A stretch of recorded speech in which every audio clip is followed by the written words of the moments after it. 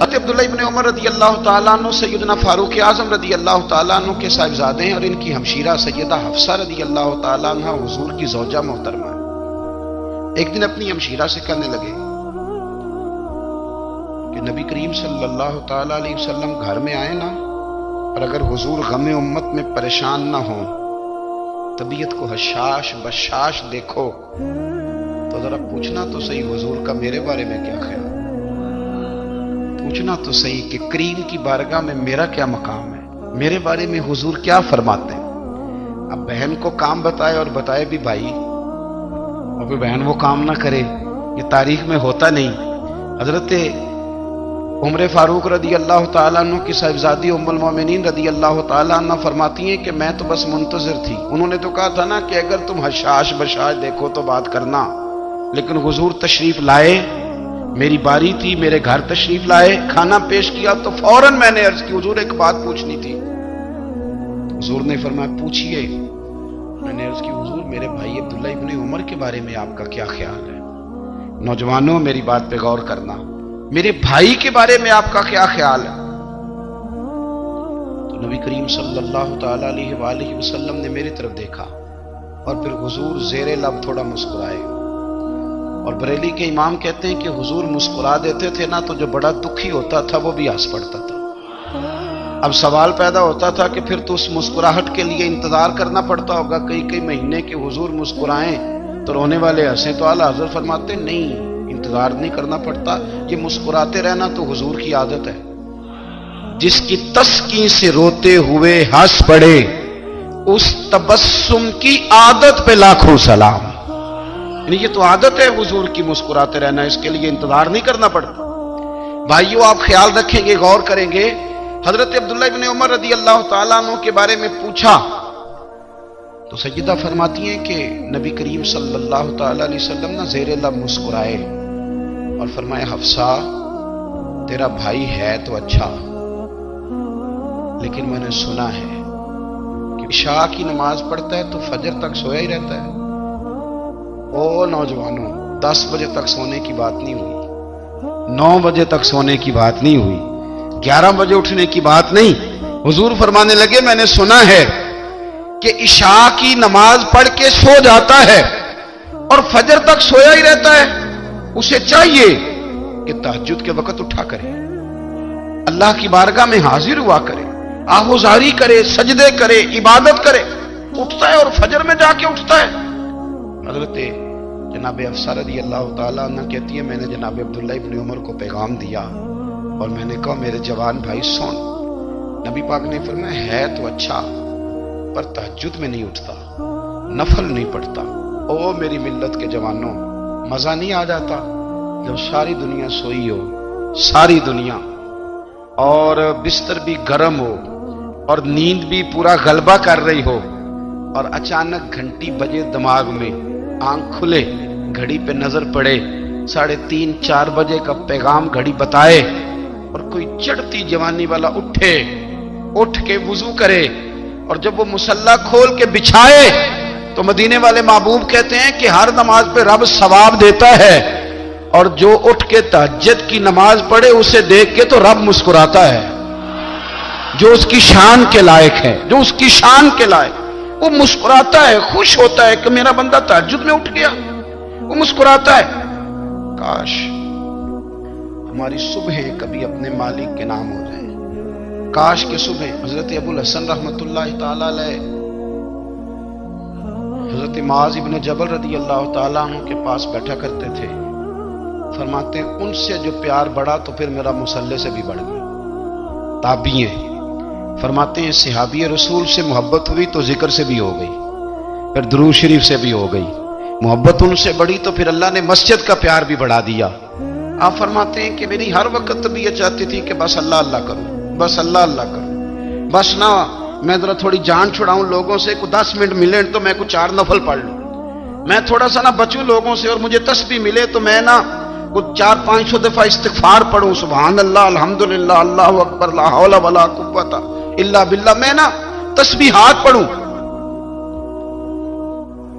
فرماتے ہیں کہ بچے تھے گھر میں 6-7، غربت تھی، کام ملتا کوئی نہیں تھا، اور میں کام چور نہیں تھا، کام ڈھونڈتا تھا، پر اللہ کی قدرت کے کام نہیں ملتا تھا۔ فرماتے ہیں کہ میں نے ایک دن اپنی اہلیہ سے کہا کہ آج میں پھر جاتا ہوں کام ڈھونڈنے، تو میری بیوی بڑی فرما بردار تھی، پر اس دن غربت کے ہاتھوں تنگ آ کے کہنے لگی آج نانا کوئی تو چیز لے کے آیا، تو مجھ سے بچوں کی بھوک نہیں دیکھی جاتی، سب روگاں دا روگ محمد جس دا نام غریبی، کنڈ بلا کے لنگ جاندے نہیں دوست یار قریبی، آج نہ کچھ لے کے آیا تو میں بچے لے کے میکے چلی جاؤں گی۔ شیخ فرماتے ہیں کہ میں بڑا پریشان گھر سے نکلا، پر میں نے صبح سے لے کے زور تک کام ڈھونڈا، کام ملا کوئی نہیں۔ تو میرے دل میں خیال آیا چلو کام نہیں ملتا تو اللہ اللہ تو کرے گا، چلو بندوں کی مزدوری نہیں ملتی تو رب کریم کی عبادت ہی کرتے ہیں۔ فرماتے ہیں کہ میں نے نا فرات کے پانی سے وضو کیا، نہر کے، شدید دھوپ تھی، ساتھ ریت تھی اور ریت تپ رہی تھی، میں نے اپنا رومال وہیں مصلی کے طور پر بچھا لیا اور فرماتے ہیں کہ زور سے لے کر عصر تک نماز پڑھی، دھوپ بھی پورے زور پہ پر میرے سجدے کا ذوق بھی پورے زور پہ۔ فرماتے ہیں سورج بھی چمک رہا ہے اور رب کی عبادت کا ذوق بھی پورے زور پہ، میں سجدہ کروں تو پھر میرا اٹھانے کو جی نہ چاہے۔ میرے استاد لکھا کرتے تھے، یہ ان کا شعر ہے، وہ کہا کرتے تھے مجھے سوز دے، مجھے ساز دے اور مجھے نیم شب کا نیاز دے، دم سجدہ خود کو میں توڑ دوں، مجھے ایسا ذوق نماز دے، اور میں تیری بہار کا پھول ہوں، میں کھلا بھی ہوں تو تیرے لیے، مجھے میری شاخ سے توڑ لے، مجھے اپنی زلف کا ناز دے۔ بھائی فرماتے ہیں کہ عصر تک میں نے نفل پڑھے، دل ڈھلنے لگا، عصر کی نماز پڑھی اور میں وہاں سے چلا۔ اب میں جب نکلنے لگا تو دل میں خیال آیا کہ چھوٹی چھوٹی دیواریں ہیں گھر کی، بغیر کچھ لیے جاؤں گا تو بیوی دور سے دیکھے گی تو شور کرے گی کہ پھر خالی ہاتھ آ گیا ہے۔ کہتے میں نے اپنے اسی رومال میں جس پہ میں نے نماز پڑھی تھی نا، رومال میں کی آخی دے پنجابی جو صافہ کہتے ہیں، اسی میں نا میں نے کچھ ریت بھر لی کہ وہ دور سے دیکھے گی تو سمجھے گی کچھ لے کے آیا ہے، چلو جا کے اسے بتا دوں گا کہ آج پھر مزدوری نہیں ملی۔ کہتے ہیں وہ ریت لے کر جب میں گھر میں گیا تو پہلے بیوی دروازے پہ کھڑی ہوتی تھی، پوچھتی تھی خالی ہاتھ آ گئے ہو؟ آج میں نے دیکھا تو ہے ہی کوئی نہیں۔ فرماتے ہیں میں اندر داخل ہوا، سلام لیے، کونے میں میں نے وہ رومال رکھ دیا اور میں نے آواز دی کہ بھلی مانس کہاں ہو؟ تو وہ کہنے لگی آپ منہ ہاتھ دھو لیں، میں روٹی لے کے آئی۔ میں نے کہا روٹی کہاں سے آ گئی؟ یہاں تو کئی دنوں کے فاقے ہیں، تو کئی دنوں کی غربت ہے، یہاں تو اس گھر میں تو فقیری ہے۔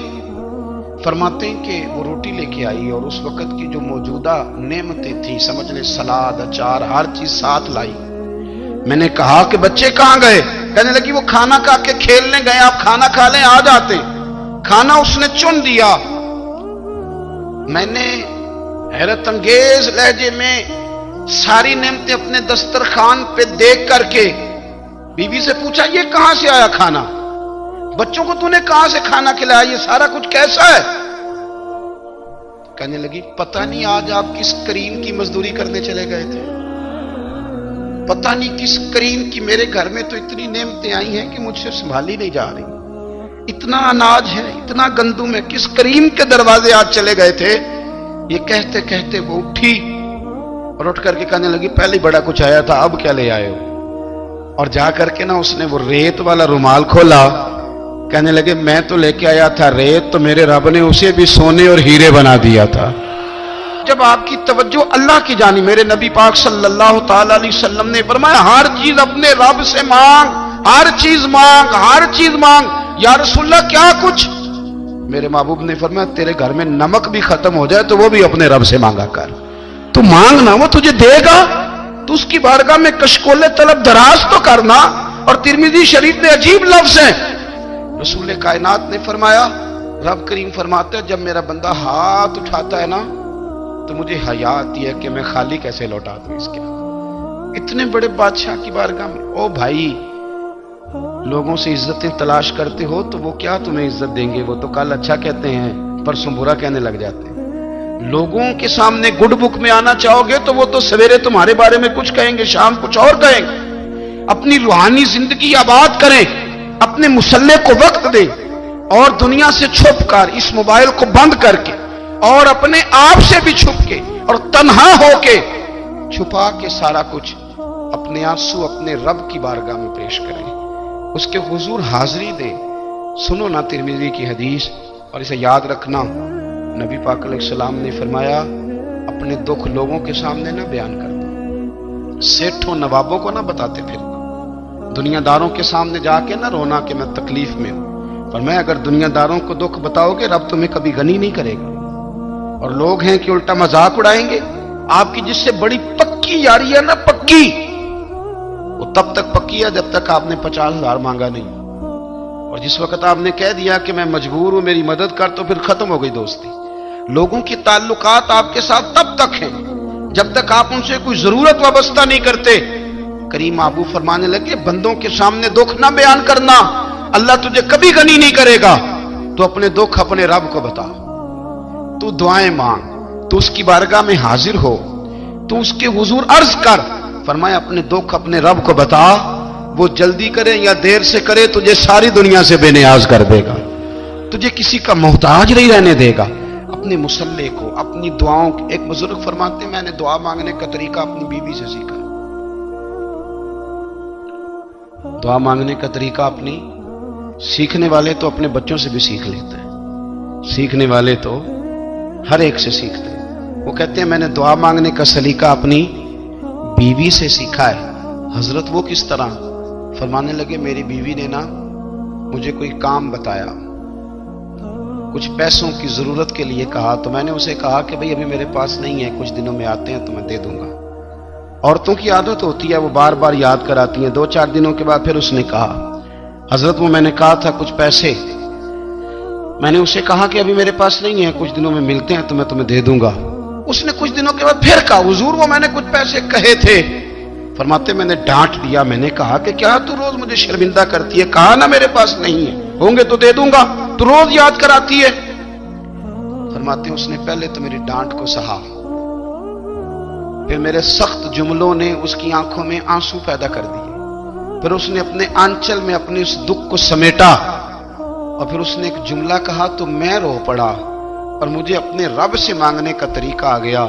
مجھے کہنے لگی حضرت جی آپ نے ڈانٹ دیا، میں نے سہ لیا، پر آپ ہی میرے شوہر ہیں، بتائیں نا آپ سے نہ کہوں تو میں کس سے جا کے کہوں۔ فرماتے ہیں میں رو پڑا، اور میں کھل کے رویا، اور میں تڑپ کے رویا، اور پھر میری سسکیاں بند گئیں۔ تو مجھے کہنے لگی آپ کو کیا ہوا؟ میں نے کہا مجھے بھی دعا مانگنی آ گئی ہے، جب میں اسے کہوں گا نا اللہ تو ہی میرا رب ہے، میں تجھ سے نہ کہوں تو میں کس سے جا کے کہوں؟ میں کیوں کسی بندے سے سوال کروں؟ میں کیوں کسی دنیا دار سے کہوں؟ میں تیرے بندوں کا، نیک بندوں کا وسیلہ لے کے، تیرے محبوب کی غلامی لے کے تیری بارگاہ میں آیا، تجھ سے نہ مانگوں تو کس سے مانگوں؟ سمجھ آ گئی ہے جب میں اس رنگ میں مانگوں گا تو پھر رب میرے اوپر بڑا ہی فضل فرمائے گا، وہ میرے اوپر بڑی رحمت کرے گا، وہ میرے لیے آسانیاں کرے گا۔ عزیز دوستو ہم اس طرح کرنے لگ گئے ہیں کہ ہم نے نا اپنے تعلقات پر اعتماد کرنا شروع کر دیا ہے۔ میرے تعلقات بہت ہیں، ہم نے اپنی دولت پر اعتماد کرنا شروع کر دیا ہے، میرے پاس دولت بہت ہے۔ ہم نے اپنے علم پر، اپنی شہرت پر اعتماد کرنا شروع کر دیا ہے کہ میرے پاس فلاں چیز بہت ہے۔ یاد رکھنا جب بے نیاز اپنی صفت بے نیازی دکھاتا ہے تو بڑی بڑی دولتوں والے مجبور نظر آتے ہیں۔ بھائیو جب انسان کا رشتہ اپنے مالک کے ساتھ ہوتا ہے پھر تو غم بھی کچھ نہیں کہتے، پریشانیاں بھی کچھ نہیں کہتی، پھر تو زندگی صبر والی، پھر تو زندگی توکل والی، پھر تو زندگی بھروسے والی، پھر انسان اپنے آپ کو رسوا نہیں کرتا، دنیا داروں سے امیدیں اس کی ختم ہو جاتی، امیدیں اللہ رسول سے لگا لیتا ہے، مضبوط ہو جاتا ہے، مضبوط، طاقتور ہو جاتا ہے، خوددار ہو جاتا ہے، باوقار باعزت ہو جاتا ہے۔ حضرت بہلول دانا رحمت اللہ علیہ بیٹھے تھے تو ہارون رشید حج کر کے آ رہا تھا، تو رستے میں حضرت شیخ سے ملاقات ہو گئی تو السلام علیکم کے بعد کہنے لگا حضور کوئی حکم ہو تو بتائیے گا۔ تو حضرت بہلول دانا فرمانے لگے تیرا رب کون ہے؟ اس نے کہا اللہ۔ تو فرمایا میرا کون ہے؟ کہا اللہ۔ فرمانے لگے تو بڑا ہی بیوقوف ہے، کیا تو یہ سمجھتا ہے کہ رب ہارون رشید کو تو دے گا اور بہلول دانا کو بھول جائے گا؟